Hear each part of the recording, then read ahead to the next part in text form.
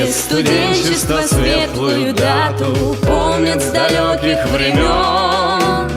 Напоминает она, что когда-то был МГУ учрежден.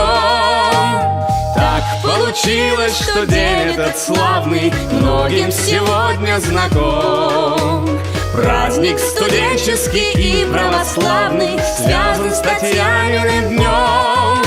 Татьянин день, он третий век, приходит к нам.